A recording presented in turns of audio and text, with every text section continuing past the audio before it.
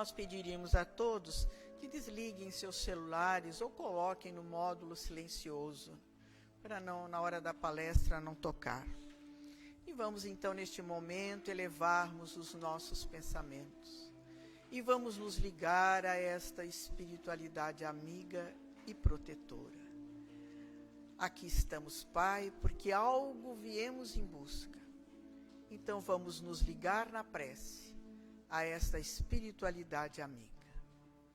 Pai nosso que estais em toda parte, santificado seja o teu nome, venha a nós o teu reino, seja feita a tua vontade, assim na terra como no espaço. O pão nosso de cada dia dá-nos hoje, perdoa as nossas dívidas, assim como nós perdoarmos aos nossos devedores. E não nos deixes, Pai, cair nas tentações. Livra-nos de todos os males, pois teu é o reino, é o poder, é a glória para sempre. Que assim seja. Em nome de Deus, de Jesus, da cúpula espiritual do Círculo da Luz, nós damos por abertas as nossas atividades da noite de hoje e temos como expositora a nossa irmã Sônia Conte. Vamos vibrar para que ela encontre facilidade no tema que preparou para todos nós na noite de hoje. Boa noite a todos. É com muito carinho que aqui estamos presentes para passarmos algumas coisas do conhecimento da doutrina espírita para vocês e para nós, em primeiro lugar, que preparamos o material. O tema de hoje é Espiritismo e Ética. Eu vou começar ativando um pouco a nossa mente, contando uma historinha para vocês pensarem. Joana era uma mulher jovem, da nossa cidade, é uma história verídica, que passou um tempo no exterior, chegou de volta à cidade e montou um negócio daqueles de martelinho de ouro, que fazem os reparos, né, nas latarias do carro, as estéticas do carro. E ela estava lá no seu trabalho, muito empenhada no trabalho dela, no negócio dela, e estava passando por um momento de dificuldade financeira grande na sua família, problemas de saúde familiar, e ela estava tendo que auxiliar. E chegou de manhã cedo no seu trabalho, um carro de luxo, um carro caro. A pessoa levou para que ela fizesse um reparo e ia deixar o carro naquele dia lá. E ela disse, deixem esse carro que eu mesmo vou trabalhar nele. Quando ela abriu o carro, que ela entrou, ela olhou no console do carro e tinha um envelope no console. E ela abriu o envelope e estava cheio de dólares. Tinha $3.000 dentro do envelope no console. Aí a pergunta para ativar a nossa mente.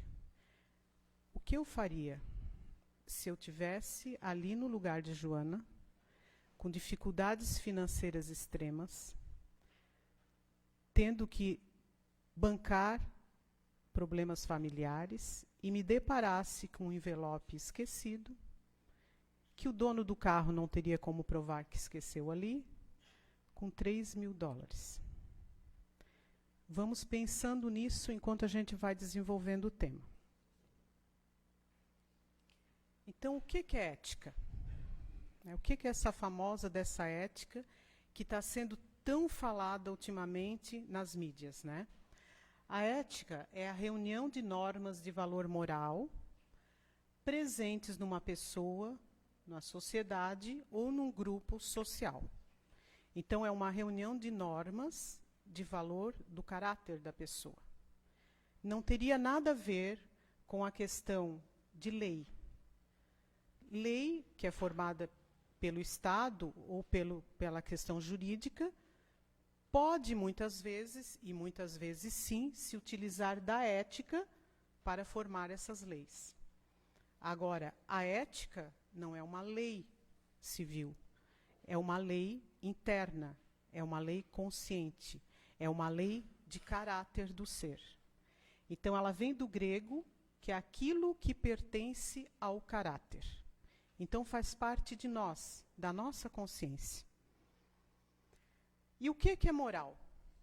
Moral seria a obediência a normas, costumes ou mandamentos culturais, hierárquicos ou religiosos.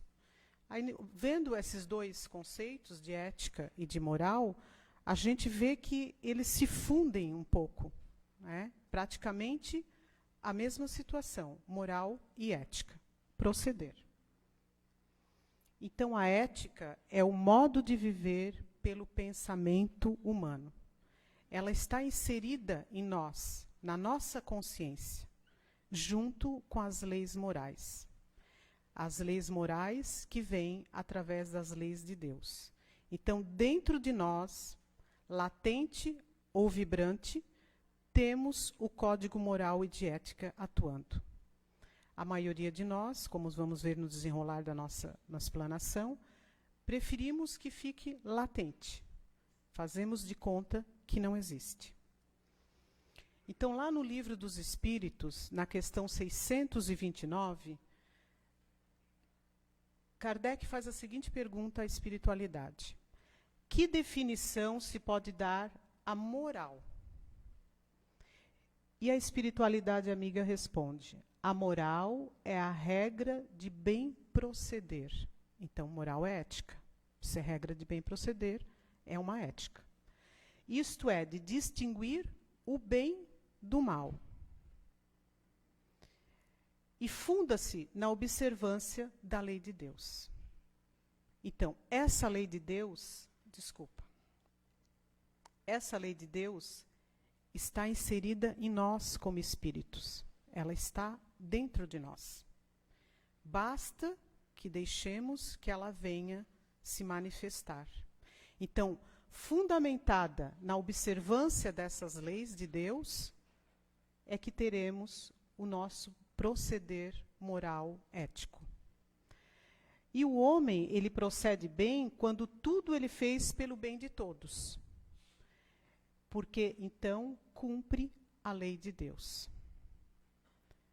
Como será que estamos lidando com essa questão de que o homem procede bem quando tudo fez pelo bem de todos? Qual a nossa atuação social nisso? Como agimos no nosso meio de convivência pelo bem desse todos aqui? Levando um pouquinho mais adiante, temos lá o homem e a consciência da ética. O homem, como único animal com consciência criativa, os outros animais são instintivos, ele pensa em termos como beleza, bondade, esperanças e cultivar ideias novas. Será que isso é a nossa realidade atual? Será que realmente o homem está pensando em termos de beleza, de bondade? Cultivando ideias novas, ele está. Que tipo de ideias?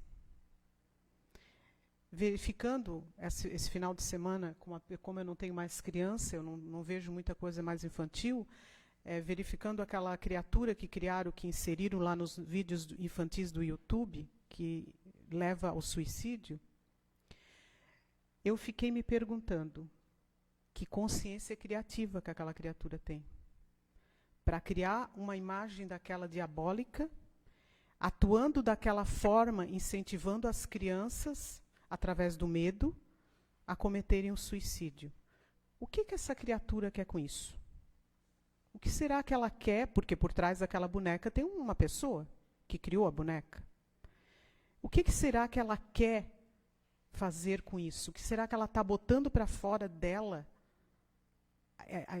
Essa consciência criativa dela tão negativa, o que será que ela pensa? O que será que vibra em questões morais dentro de uma criatura dessa? Então, o homem e o seu egocentrismo espiritual infantil.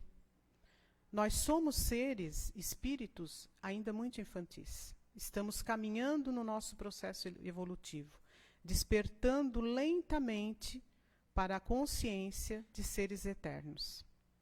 Então, nessa questão espiritual infantil, nós vemos, o mundo é meu. Eu estou aqui para desfrutar. Deixa eu destruir o que eu quiser. Desde que eu lucre, desde que eu tenha vantagens, desde que eu me saia bem. É um jardim de infância para mim. E as pessoas que estão à minha volta, que me sirvam. Isso é o nosso pensamento. É o nosso, eu me coloco junto. Porque nós não olhamos o mundo como a nossa casa, que precisamos preservar. Não vou nem falar de olhar para o mundo e dizer que mundo que eu quero deixar para os meus filhos e para os meus netos. No nosso egoísmo, nós não conseguimos alcançar isso. Por mais que a gente fale, a gente não age. Então, no nosso egoísmo, mas já tendo um certo conhecimento, e crendo que a vida é eterna, e por aqui eu já passei muitas vezes no meu caminho evolutivo, e por aqui eu retornarei ainda muitas vezes para continuar evoluindo, eu tenho que sair desse meu egocentrismo infantil, espiritual infantil, e pensar o seguinte: que mundo que eu quero deixar para o meu retorno? Aí a coisa já fica melhor para mim, não é mesmo? Porque eu não consigo ainda visualizar o outro, eu ainda consigo visualizar eu. Então eu estou lá gastando água que nem uma doida, acabando com nascentes, fazendo uma destruição e tal. Vai nascer lá no Nordeste, na seca. Se eu conseguir captar isso para mim, se eu conseguir ver que não, o que eu estou destruindo é o que eu vou receber quando eu retornar para cá, aí eu já vou começar a mudar o meu comportamento. Eu já vou começar a deixar sair lá de dentro de mim aquela questãozinha ética de proceder, que ninguém me obriga, nenhuma lei me obriga a agir com ética, mas eu tenho que me obrigar a agir com ética. Eu tenho que pensar que o mundo é a minha casa, é a minha escola.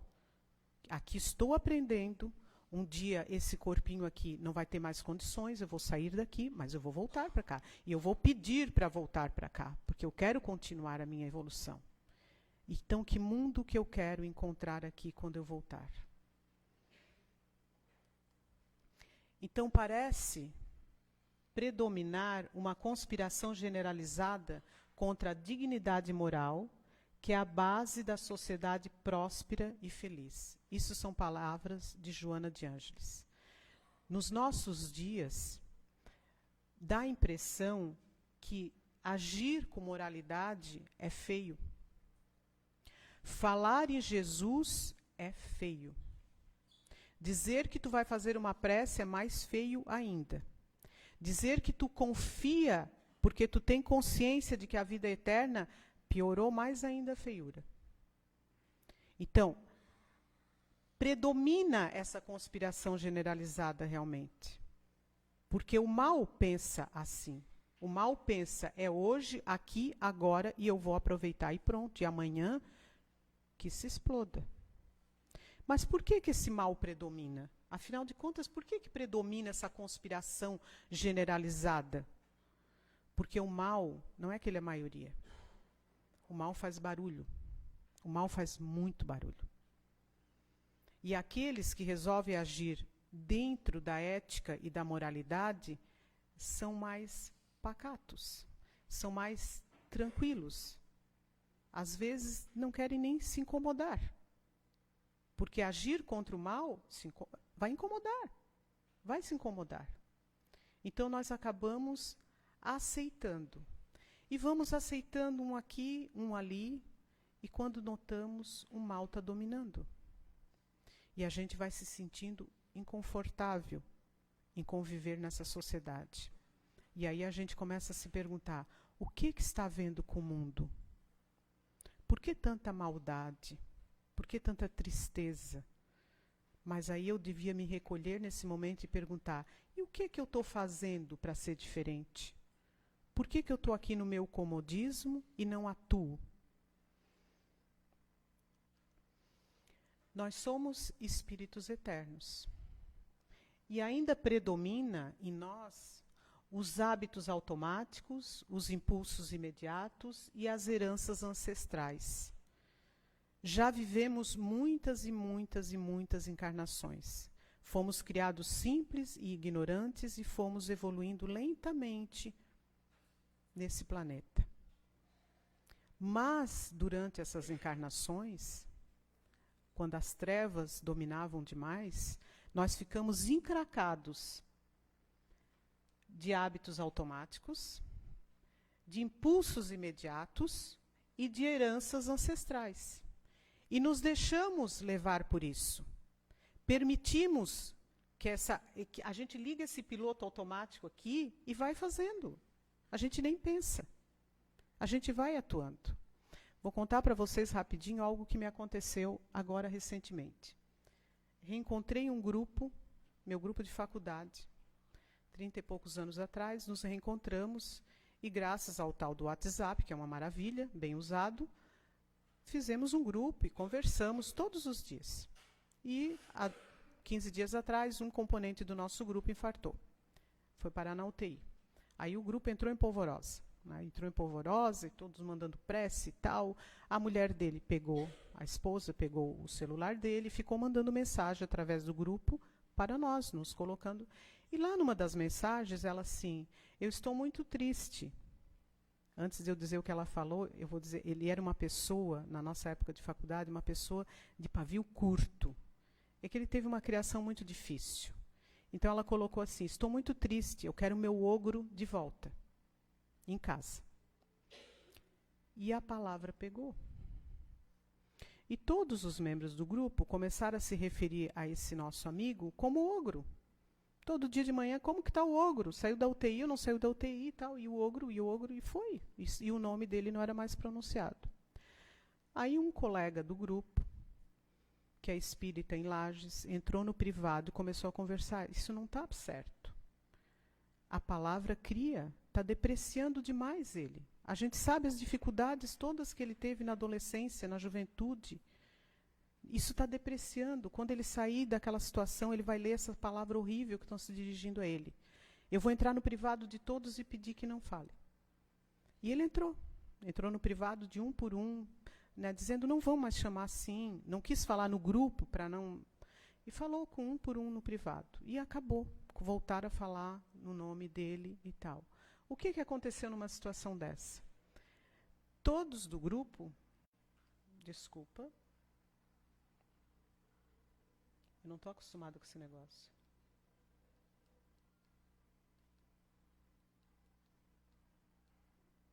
Todos do grupo ligaram o piloto automático. O primeiro falou e todos foram. E é isso que a gente faz, o nosso comportamento. A gente, às vezes, até percebe que a coisa não está correta. Não está certo isso. Mas a gente liga o piloto automático e vai fazendo igual a todos. E vai seguindo. Eles usam muito o termo hoje em dia, o tal do efeito manada. Por que que a gente não recua numa situação dessa e avalia a situação? Porque esse piloto automático dentro de nós, ele está incrustado lá dentro. E nós precisamos despertar para isso. Eu quero mudar? Eu tenho que mudar? Qual é o meu objetivo aqui? Eu quero evoluir ou não quero? Ou eu quero só aproveitar e sair daqui a mesma coisa? Não, eu quero evoluir. Então eu tenho que mudar. Não tem alternativa. Ninguém vai me mudar, ninguém vai mudar por mim. Eu tenho que mudar. Aí eu tenho que entrar lá dentro de mim, despertar um pouquinho essa minha consciência e olhar isso aqui. Os meus hábitos automáticos. Avaliar no meu dia a dia. Quais são os meus hábitos automáticos? Que nem são tão bons. Nesses hábitos automáticos, nós podemos botar os pensamentos automáticos. Nós pensamos muito coisas erradas. Todos nós. E são pensamentos automáticos, que estão lá. A gente repete. Repete o tal do pensamento automático. Os meus impulsos imediatos. A gente age no imediatismo. Falou, eu revidei. Fez, eu estou fazendo de volta. E assim vai. Isso são impulsos automáticos que trazemos dentro de nós. E as nossas heranças ancestrais, os nossos maus hábitos, nossos maus pensamentos, os nossos maus costumes, individuais e sociais. Então, com a evolução do ser, a providência divina nos enviou 3 situações: Moisés, Jesus e os espíritos superiores. Estávamos nós lá no caminho da evolução. Deus observou os seus filhos e disse: já há condições de crerem num Deus único e de receberem leis de conduta. E aí veio Moisés. Moisés veio apresentando o Deus único. Não tem necessidade de tantos deuses. Deus é um só Pai. E nos trouxe os 10 mandamentos, que são normas de condutas que valem sempre, eternamente. 2 mandamentos bem observados e bem vividos seriam mais que suficiente: amar a Deus sobre todas as coisas e ao próximo como a ti mesmo. Se observássemos amar ao próximo como a ti mesmo, estava pronto, não precisaria mais nada. Porque o nosso grande problema é o egoísmo. Nos amamos e o próximo que faça o que ele quiser. Mas o mundo, primeiro eu e mais eu, né? Depois fomos evoluindo mais um pouco, há alguns milhares de anos, e Deus observou e disse: já dá para começarem a conhecer o amor. E nos enviou Jesus, a personificação do amor, a ética e a moral encarnada no nosso meio. Jamais teve outro ser que viveu da forma que ele viveu, deixando os ensinamentos que ele deixou, pensando no próximo como ele pensou, jamais pensando nele. Jesus não desfrutou o mundo. Jesus mostrou o mundo para nós e deixou as suas leis. No Livro dos Espíritos, nós temos um código de ética. E no Evangelho segundo o Espiritismo, nós temos um código moral, que são as leis de Deus transmitidas a nós através de Jesus. E fomos caminhando um pouco mais e começou os questionamentos nos seres. De onde eu vim? O que faço aqui? Por que estou aqui? Para onde vou? E aí Deus observou que estava na hora de fazer um pouco mais de revelação. E os espíritos superiores vieram e nos deram as revelações do Espiritismo. Então, pela lei do progresso, através dessas oportunidades, Moisés, Jesus, espíritos superiores, tem o homem sido convidado a adotar uma postura moral cada vez melhor. Esse convite, ele está assim, tremendo na nossa frente. Muda a postura, muda a postura. Está ali, tudo escrito. Basta querermos. E para querermos, temos que despertar. Então, com a decadência da ética, que hoje em dia os estudiosos dizem que a ética acabou. Observamos nos comportamentos de uma grande quantidade de pessoas realmente que ética não existe mais. E o crescer do cinismo das pessoas. Enfrentam aquele que age com ética. Depreciam, inferiorizam. Vemos aumentar a violência, o despautério, a drogadição e o erotismo, substituindo as aspirações de enobrecimento. Onde estão nossas aspirações de enobrecimento? Eu aspiro evoluir e ser um ser melhor ou não? Sempre é colocado aqui nas palestras que todos nós seremos um dia seres angelicais, que este é o nosso destino, sermos seres angelicais. Se esse é o nosso destino, e isso está escrito, cabe a mim ir mais rápido ou mais lentamente. Quanto mais eu insistir em agir de uma forma amoral e não ética, mais lento vai ser o meu desenvolvimento. Então, as aspirações de enobrecimento, a semana anterior, quem esteve aqui na palestra, que foi falado sobre educação e evangelização na casa espírita, A nossa irmã colocou, não com essas palavras, mas deixou bem claro que uma das bases de trabalho com as crianças e jovens lá na doutrina, que estão lá agora, é que eles aspirem serem seres nobres, serem seres melhores na sociedade em que vive. Nós não somos seres individuais, nós somos seres coletivos. Nós vivemos em sociedade e é sociedade que precisamos estar. Então, o homem de hoje, ele está amargurado, ele está coisificado. Não se olha mais um ser humano, como uma coisa. Isso é muito triste de saber. Não somos uma coisa, somos uma obra de Deus, somos um ser, criação de Deus, amado por Deus e a caminho da evolução. Não podemos nos depreciar a esse ponto de achar que realmente estamos coisificados. Não estamos, não. Nós somos seres pensantes, nós somos seres que amamos e queremos ser amados. Nós somos filhos de Deus. Aquele que se deprecia deveria se olhar no espelho todas as manhãs e dizer: eu sou um filho de Deus e eu vou evoluir. E eu vou ser um ser melhor. Então, o normal hoje em dia o que é? É ser grosseiro, é ser indelicado, é ser mal educado, é corromper-se. Essa palavra está na mídia todos os dias, né? O corrupto, corromper-se, etc. Isso aqui é a ética do mercado. Como o mercado financeiro é que está mandando, a ética do mercado é essa.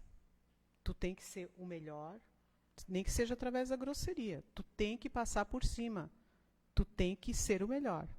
Tu tem que ser indelicado, porque tu vai ser grosseiro. Tu tem que ser mal educado, porque tu vai te impor. E na maioria das vezes, tu tem que te corromper para ser o primeiro. Aí nos perguntamos, o que é mais válido? Ser o primeiro, aqui, ou sair daqui como o primeiro? Depende do nosso comportamento. A ética cristã nos diz o seguinte: fazer ao outro aquilo que queres que faça a ti. Isso são palavras de Jesus. Faz ao outro o que queres que o outro te faça. Então, nesses momentos em que estamos angustiados, nos sentindo coisificados, que possamos recuar e avaliar. Eu quero que o outro faça para mim o que eu estou fazendo? Eu quero que aquele meio social faça para mim o que eu estou fazendo para eles? E se eu tivesse no lugar do outro? Será que a gente se coloca dessa forma? E se eu tivesse no lugar do outro? Nós nos achamos muito, né? O outro é o inferior. E nós estamos sempre num patamar acima. A gente sempre se coloca num patamar acima. Mas precisamos olhar o outro como um irmão, como um filho de Deus igual a mim. Ele está ali inserido no meu meio social. Eu tenho um compromisso de irmandade com ele. E eu estou agindo dessa forma? E Jesus disse: nisto todos conhecerão que sois meus discípulos, se vos amardes uns aos outros. A filosofia de Jesus é simples, né? É muito simples, é base amor. Então, aqueles que se amam uns aos outros jamais serão amorais ou antiéticos com o outro. Jamais. Porque o amor vai predominar. E aqueles que se amam uns aos outros serão conhecidos como discípulos de Jesus, sim. Porque esse amor não vem do nada. Então, não tenham vergonha de serem reconhecidos dessa forma. Então, com o amor cristão, como princípio de vivência ética, deixará de existir. Isso é interessante, né? As guerras, a fome, a orfandade, a velhice desamparada, a prostituição, a drogadização, a coisificação do ser humano. Tudo isso aí é consequência da falta do amor e da falta da ética. Porque se os nossos comandantes mundiais tivessem moral e ética, jamais mandariam os seus comandados para a frente de batalhas para morrerem. Jamais. O amor teria que predominar. Através da conversa, através dos entendimentos, as coisas teriam que se resolver. Não através de armas, através de mortes. Os nossos órfãos não ficariam desamparados. A fome não existiria no mundo. A quantidade de comida que vai fora no mundo diariamente daria para sustentar 2 mundos. Os velhinhos jamais ficariam desamparados. Mesmo que a família, por algum motivo, não pudesse ampará-los, teriam amparo em algum local, com amor e dignidade. Então, e o ser humano não cairia na prostituição, nem nas drogas, e nem se sentiria coisificado. Essa coisificação, que daria outra palestra, é um dos grandes motivos da prostituição e da droga. É o ser humano se sentindo vazio. Então, temos que ter coragem de fazer cumprir a ética. Tem que ter coragem. Que, como eu disse lá no começo, o mal faz barulho. E quando a gente quer se postar, fazer a coisa correta e dizer não, é assim que tem que agir, ele vai fazer mais barulho ainda, porque ele não quer que isso aconteça. Então nós precisamos ter essa coragem de fazer com que a ética seja valorizada e cumprida sim na nossa sociedade. Precisamos cobrar esse comportamento nosso e do meio onde vivemos. Precisamos resgatar valores morais para a pátria do Evangelho. Está lá escrito Brasil, coração do mundo, pátria do Evangelho. E onde estão os valores morais dessa pátria? Precisamos sair do paradigma do individualismo e pensar no coletivo. Sair do nosso egoísmo, do nosso eu, e pensar na coletividade. Pensar que vivemos nessa coletividade, que somos seres sociais e que fazemos parte dessa sociedade e que fazemos parte de que essa sociedade seja feliz.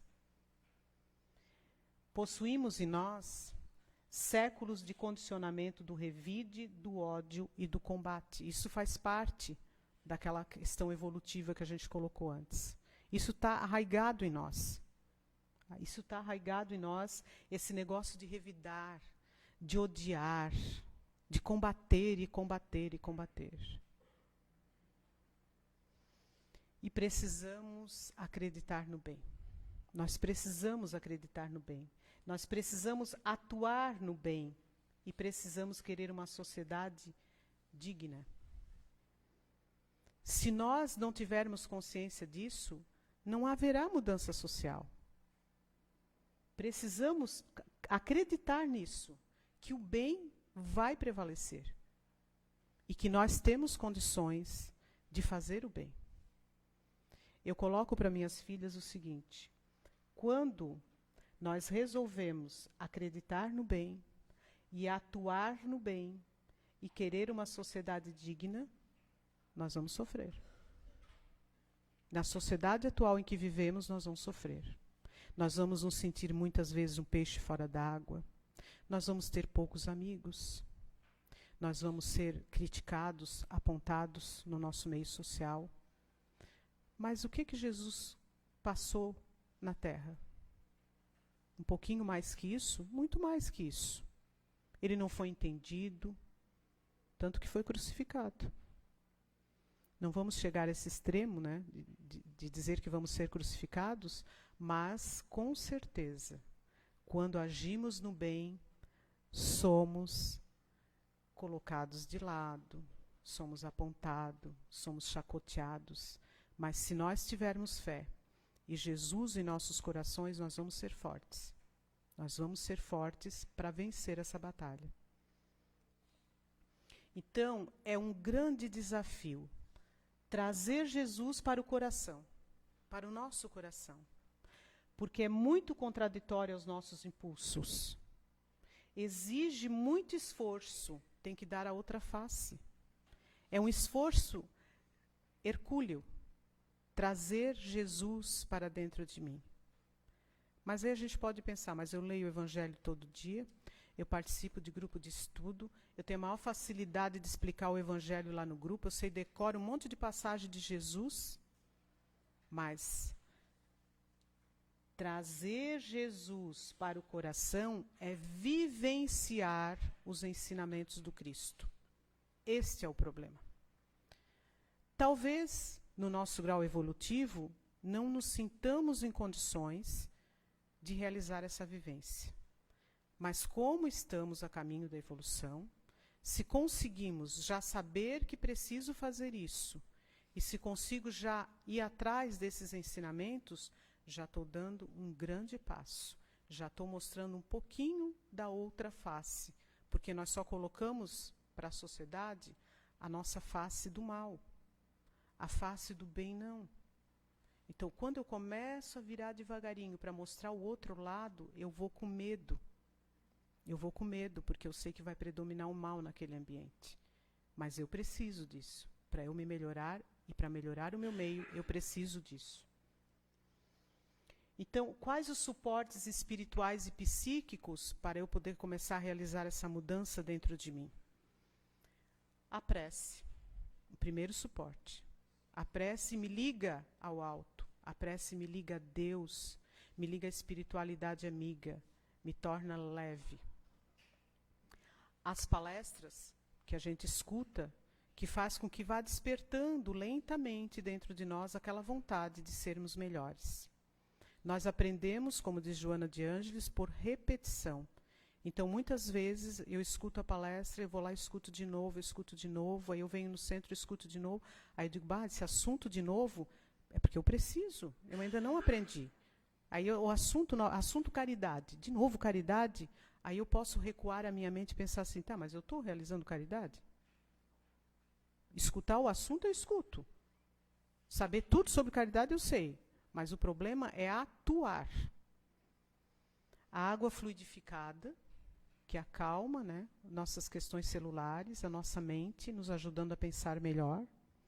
As leituras edificantes, a nossa biblioteca é vasta de leituras excelentes, que nos auxiliam muito. Recomendo toda a obra psicológica de Joana de Ângeles, psicografada por Divaldo Franco. 16 livros. A loucura, não é loucura. Maravilhoso, nos ajuda a despertar a nossa consciência para tudo isso. A meditação. A meditação é um grande auxílio para revermos as nossas posturas de cada dia. Como ligamos o piloto automático de manhã cedo e saímos a fazer, esquecemos às vezes que não era bem assim que eu deveria fazer. Então, se eu tiro um tempinho à noite para meditar, eu posso pensar, aquilo que eu fiz lá não estava correto. Eu tenho que mudar aquela minha postura. Aquele meu pensamento em relação àquela pessoa não estava correto, eu tenho que melhorar. Eu não preciso contar para ninguém, não preciso confessar, não preciso nada. É eu comigo mesmo, a minha mudança interior. E a prática da caridade, caridade moral. Então, Haroldo Dutra nos coloca o seguinte: não temos condições de mudar o mundo, não temos. Mas cada um de nós pode mudar o lugarzinho onde vive. Com pequenos gestos, com prece, harmonizando o seu próprio coração, cumprindo o seu dever, fazendo a sua parte com amor. Se cada um fizer o pouquinho que lhe cabe, nós mudaremos o mundo, valorizando mais a nossa ação e a ação do outro. Então não adianta eu querer mudar o mundo, eu tenho que mudar o meu mundo interior. Que eu possa ser aquela pedrinha que cai no lago, que faz um círculozinho em volta, mudando aquele ali, e aquele círculo vai aumentando e mudando e mudando e mudando. Que essas mudanças da pedrinha que cai no lago sejam boas mudanças, não mudanças para o mal, para o bem. Que eu seja essa pedrinha do bem que cai no lago todos os dias, trabalhando para Jesus. Que a paz do Divino Mestre possa envolver a todos nós. Que assim seja. Qual Qual, Joana? Ah, desculpa. O Fábio, o presidente da casa, não deixa passar nada, gente. A Joana não ficou com os $3.000, tá? Ela pegou o telefone, imediatamente ela chamou a pessoa, foi muito bom, porque eu tinha que acabar essa história. Ela chamou a pessoa que esqueceu o dinheiro no carro e pediu que essa pessoa viesse imediatamente retirar aquele envelope de lá. E a pessoa chegou e disse para ela: a tua dignidade nem faz com que eu conte esse dinheiro, porque eu tenho certeza que tu não mexeu em nada. Só me diz, o que é que tu precisa? E aí ela falou da situação que ela estava passando e recebeu o auxílio dessa pessoa. Então, assim, a postura ética dela, a postura moral dela perante aquela situação, nos faz refletir, né? Eu escutei essa história hoje de manhã e eu passei o dia todo me perguntando: o que é que eu faria com esse envelope na minha mão? Vale a pena a gente se perguntar, não precisa dizer para ninguém, mas a gente se perguntar. O que é que nós faríamos, né? Na situação que ela estava, o que é que nós faríamos com esse dinheiro na mão? Que assim seja.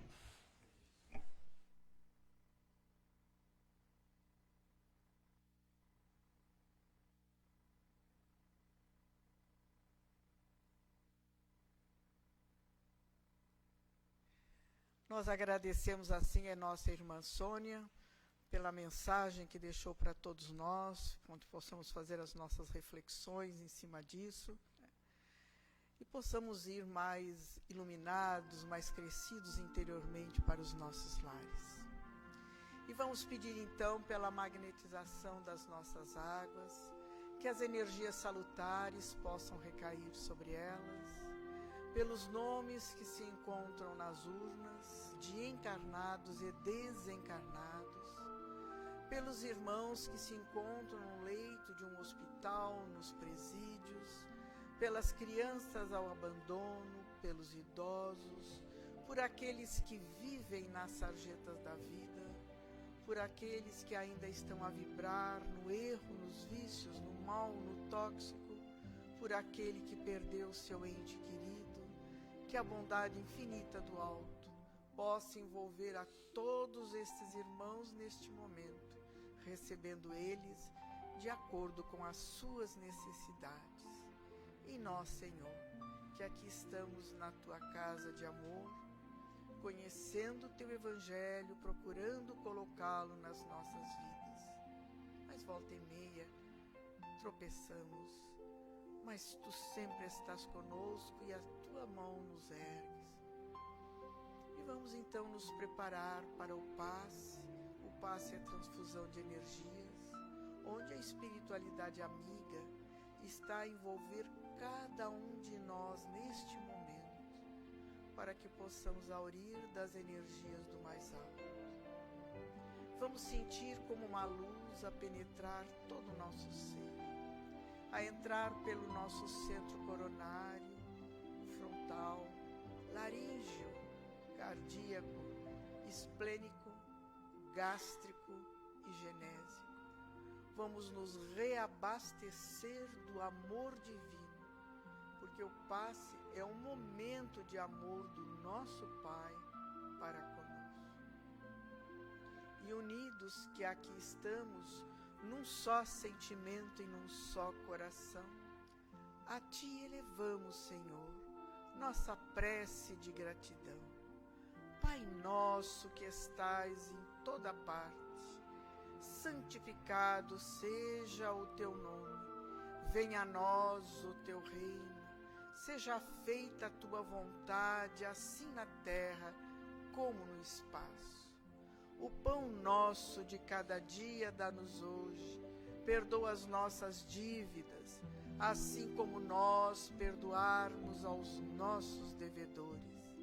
E não nos deixes, Pai, cair nas tentações. Livra-nos de todos os males, pois Teu é o reino, é o poder, é a glória para sempre. Que assim seja.